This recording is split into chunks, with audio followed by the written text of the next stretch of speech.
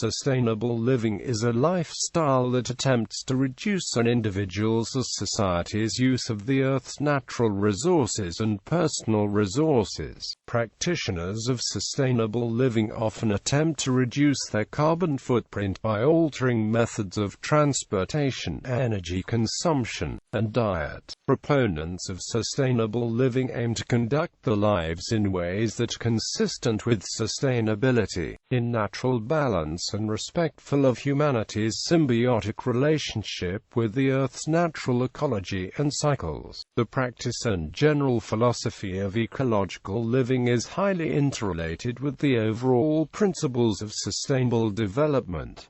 Lester R. Brown, a prominent environmentalist and founder of the World Watch Institute and Earth Policy Institute, describes sustainable living in the 21st century as shifting to a renewable energy-based, reuse, recycle economy with a diversified transport system. Quote, "In addition to this philosophy, practical eco-village builders like Living Villages maintain that the shift to renewable technologies will only be successful if the resultant built environment is attractive to a local culture and can be maintained and adapted as necessarily over the generations." Definition: sustainable living is fundamentally the application of sustainability to lifestyle choice and decisions. One conception of sustainable living expresses what it means in triple bottom line terms as meeting present ecological, societal, and economical needs without compromising these factors for future generations. Another broader conception describes sustainable living in terms of four interconnected social domains: economics,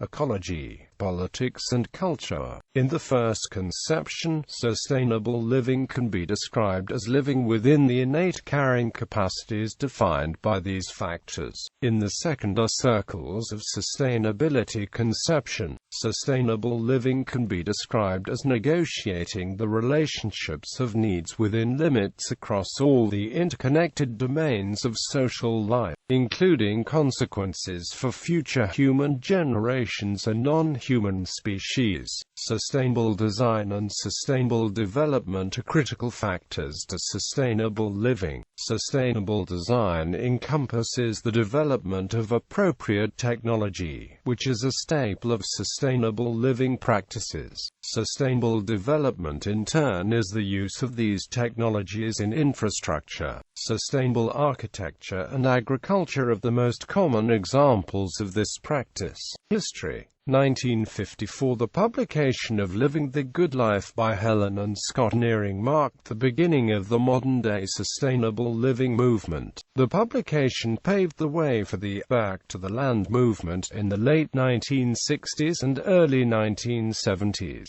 1962. The publication of Silent Spring by Rachel Carson marked another major milestone for the sustainability movement. 1972. Donella Meadows wrote the international bestseller The Limits to Growth, which reported on a study of long-term global trends in population, economics and the environment. It sold millions of copies and was translated into 28 languages.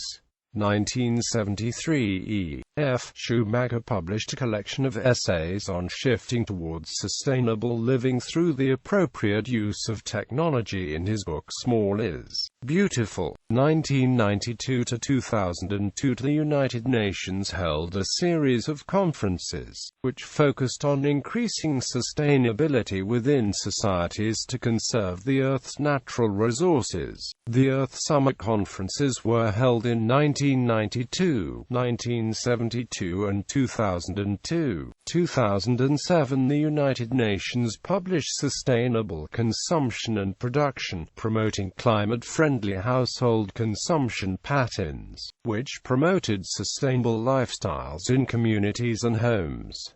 Shelter. On a global scale, shelter is associated with about 25% of the greenhouse gas emissions embodied in household purchases and 26% of households' land use. Sustainable homes are built using sustainable methods, materials, and facilitate green practices, enabling a more sustainable lifestyle. The construction and maintenance have neutral impacts on the earth. Often, if necessary, they are close in proximity to essential services such as grocery stores, schools, daycares, work, or public transit, making it possible to commit to sustainable transportation choices. Sometimes they are off-the-grid homes that do not require any public energy, water, or sewer service. If not off-the-grid, sustainable homes may be linked to a grid supplied by a power plant that is using sustainable power sources. Buying power as is normal convention. Additionally, sustainable homes may be connected to a grid, but generate their own electricity through renewable means and sell any excess to a utility. There are two common methods to approaching this option: net metering and double metering. Net metering uses the common meter that is installed in most homes, running forward when power is used from the grid, and running backward when power is put into the grid. Power companies can quickly purchase the power that is put back into the grid as it is being produced. Double metering involves installing two meters, one measuring electricity consumed, the other measuring electricity created. Additionally, or in place of selling the renewable energy, sustainable homeowners may choose to bank their excess energy by using it to charge batteries. This gives them the option to use the power later during less favorable power generating times,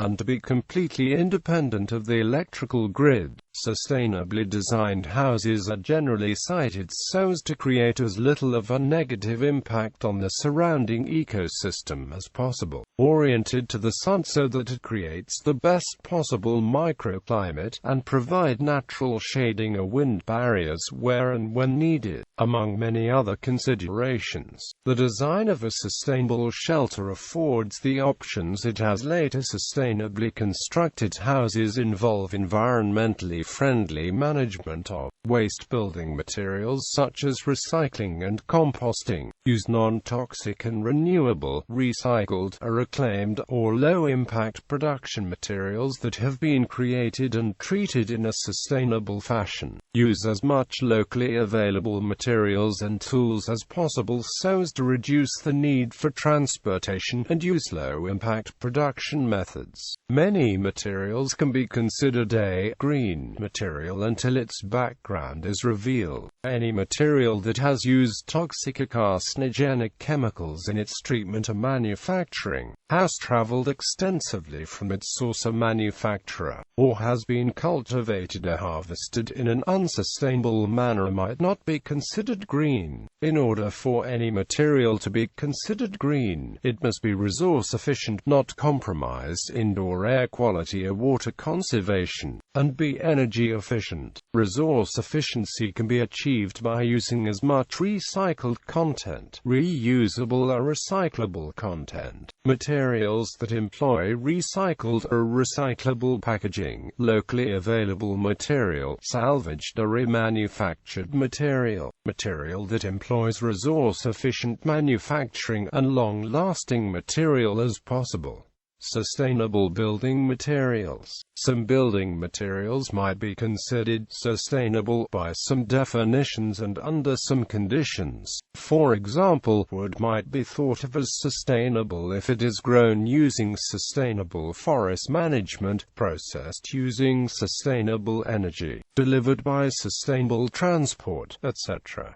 Under different conditions, however, it might not be considered as sustainable. The following materials might be considered as sustainable under certain conditions based on a life cycle assessment. Insulation of a sustainable home is important because of the energy it conserves throughout the life of the home. Well-insulated walls and lofts using green materials are a must, as it reduces, or in combination with a house that is well designed, eliminates the need for heating and cooling altogether. Installation of insulation varies according to the type of insulation being used. Typically, lofts are insulated by strips of insulating material laid between rafters.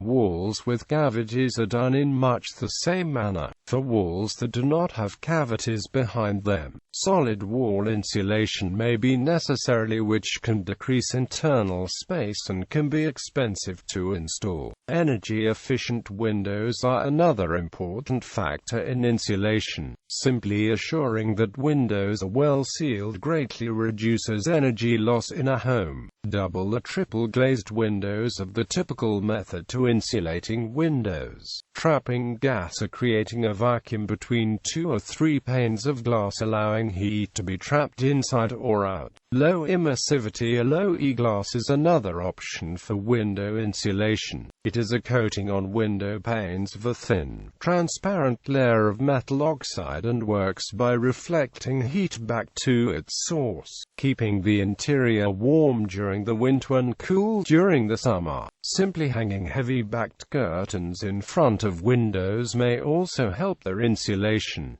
Super windows, mentioned in Natural Capitalism, Creating the Next Industrial Revolution, became available in the 1980s and use a combination of many available technologies, including 2 to 3 transparent low-E coatings, multiple panes of glass, and a heavy gas filling. Although more expensive, they are said to be able to insulate 4.5 times better than a typical double-glazed windows. Equipping roofs with highly reflective material increases a roof's albedo and will help reduce the amount of heat it absorbs, hence, the amount of energy needed to cool the building it is on. Green roofs or living roofs are a popular choice for thermally insulating a building. They are also popular for their ability to catch stormwater runoff and, when in the broader picture of a community, reduce the heat island effect, thereby reducing energy costs of the entire area. It is arguable that they are able to replace the physical footprint that the building creates, helping reduce the adverse environmental impacts of the building's presence. Energy efficiency and water conservation are also major considerations in sustainable housing. If using appliances, computers, HVAC systems, electronics, or lighting, the sustainable-minded often look for an Energy Star label, which is government-backed and holds stricter regulations in energy and water efficiency than is required by law. Ideally, a sustainable shelter should be able to completely run the appliances it uses using renewable energy and should strive to have a neutral impact on the Earth's water sources. Grey water, including water from washing machines, sinks, showers, and baths, may be reused in landscape irrigation and toilets as a method of water conservation. Likewise, rainwater harvesting from stormwater runoff is also a sustainable method to conserve water use in a sustainable shelter. Sustainable urban drainage systems replicate the natural systems that clean water in wildlife and implement them in a city's drainage system so as to minimize contaminated water and unnatural rates of runoff into the environment. See related articles in Lead. Power, when needed. Sustainable living requires the use of sustainable energy. This involves the use of power in such a way that fulfills the requirements of the present without compromising the requirements of the future, or, in short, using power sources and in such a way that can be sustained infinitely. This means the energy source must be renewable, and must not harm the environment or the people working under it. The most commonly used renewable sources of energy are biomass, water, geothermal, wind, and solar. As mentioned under shelter, some sustainable households may choose to produce their own renewable energy, while others may choose to purchase it through the grid from a power company that harnesses sustainable sources. uses. Purchasing sustainable energy, however, may simply not be possible in some locations due to its limited availability. 6 out of the 50 states in the U.S. do not offer green energy. For example, for those that do, its consumers typically buy a fixed amount or a percentage of the monthly consumption from a company of their choice, and the bought green energy is fed into the entire national grid.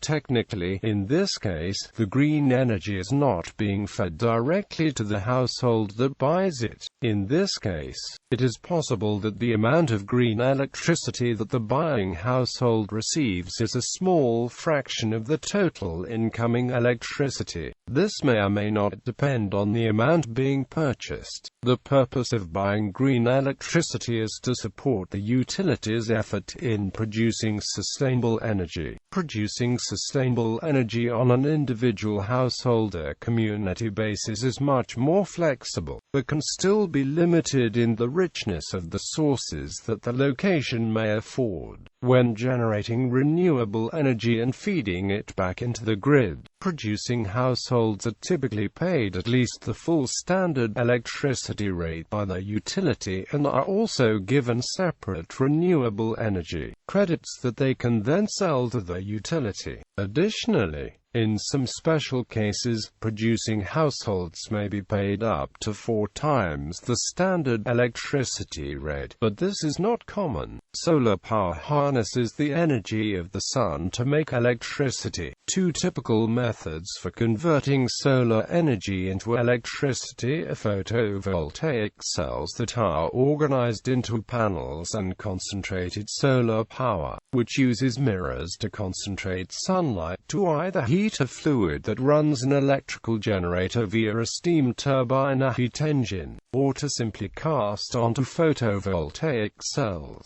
The energy created by photovoltaic cells is a direct current and has to be converted to alternating current before it can be used in a household. At this point, users can choose to either store this direct current in batteries for later use, or use an AC/DC inverter for immediate use. To get the best out of a solar panel, the angle of incidence of the sun should be between 20 and 50 degrees. Solar power via photovoltaic cells are usually the most expensive method to harnessing renewable energy, but is falling in price as technology advances and public interest increases. It has the advantages of being portable, easy to use on an individual basis, readily available for government grants and incentives, and being flexible regarding location.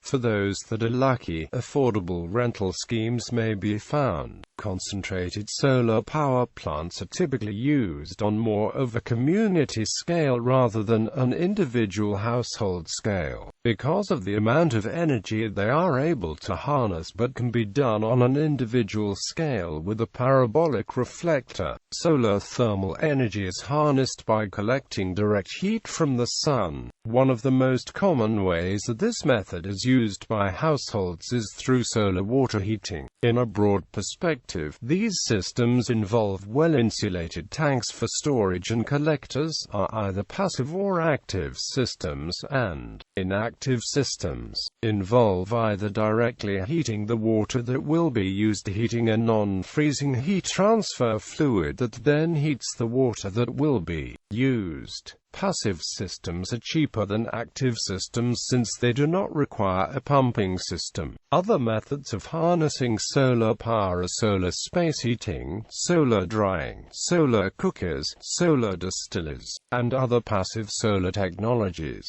Wind power is harnessed through turbines set on tall towers that power a generator that creates electricity. They typically require an average of wind speed of 9 miles/hour to be worth their investment. and are capable of paying for themselves within their lifetimes. Wind turbines in urban areas usually need to be mounted at least 30 feet in the air to receive enough wind and to be void of nearby obstructions. Mounting a wind turbine may also require permission from authorities. Wind turbines have been criticized for the noise they produce, their appearance, and the argument that they can affect the migratory patterns of birds. Wind turbines are much more feasible for those living in rural areas and are one of the most cost-effective forms of renewable energy per kilowatt, approaching the cost of fossil fuels, and have quick paybacks. For those that have a body of water flowing at an adequate speed on the property, hydroelectricity may be an option. On a large scale, hydroelectricity, in the form of dams, has adverse environmental and social impacts. When on a small scale, however, in the form of single turbines, hydroelectricity is very sustainable. Single water turbines or even a group of single turbines are not environmentally or socially disruptive. On an individual household basis, single turbines are probably the only economically feasible route. It is more common for an eco-village to use this method rather than a singular household. Geothermal energy production involves harnessing the hot water or steam below the Earth's surface in reservoirs to produce energy. Because the hot water or steam that is used is re-injected back into the reservoir, this source is considered sustainable. However, those that plan on getting their electricity from this source should be aware that there is controversy over the lifespan of each geothermal reservoir, as some believe that the lifespans are naturally limited. This method is often large-scale, as the system required to harness geothermal energy can be complex and requires deep drilling equipment. There do exist small individual-scale geothermal operations, however, which harness reservoirs very close to the Earth's surface,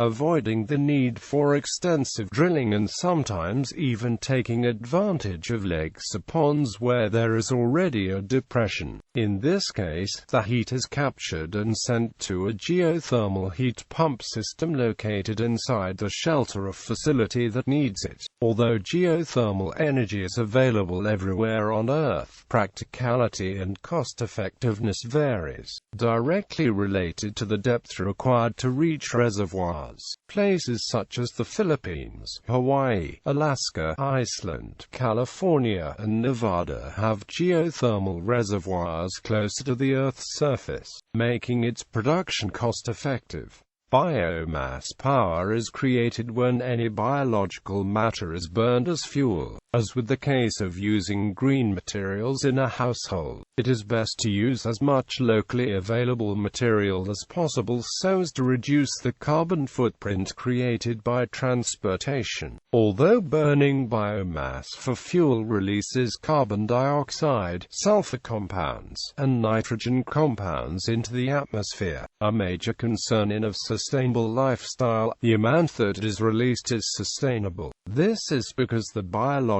matter that is being burned releases the same amount of carbon dioxide that it consumed during its lifetime. However, burning biodiesel and bioethanol when created from virgin material is increasingly controversial and may or may not be considered sustainable because it inadvertently increases global poverty, the clearing of more land for new agriculture fields, and may use unsustainable growing methods. List of organic matter that can be burned for fuel. Digestion of organic material to produce methane is becoming an increasingly popular method of biomass energy production. Materials such as waste sludge can be digested to release methane gas that can then be burned to produce electricity. Methane gas is also a natural byproduct of landfills, full of decomposing waste, and can be harnessed harnessed here to produce electricity as well. The advantage in burning methane gas is that it prevents the methane from being released into the atmosphere, exacerbating the greenhouse effect. Although this method of biomass energy production is typically large-scale, it can be done on a smaller individual or community scale as well.